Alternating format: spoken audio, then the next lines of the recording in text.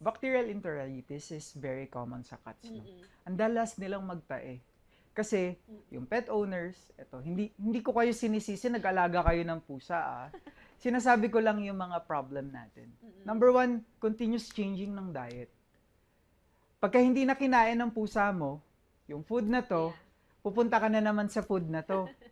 Pagka hindi pa rin to kinain, pupunta ka na naman sa food na to hanggang nagtae na yung pusa mo.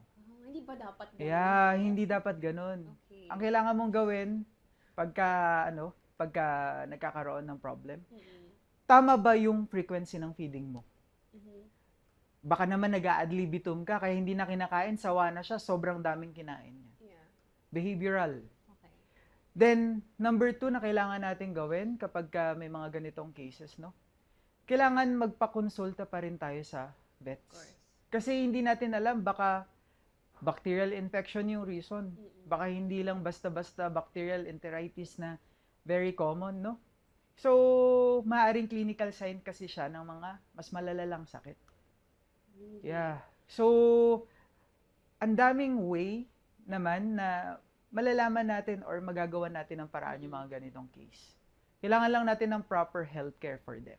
Mm-mm.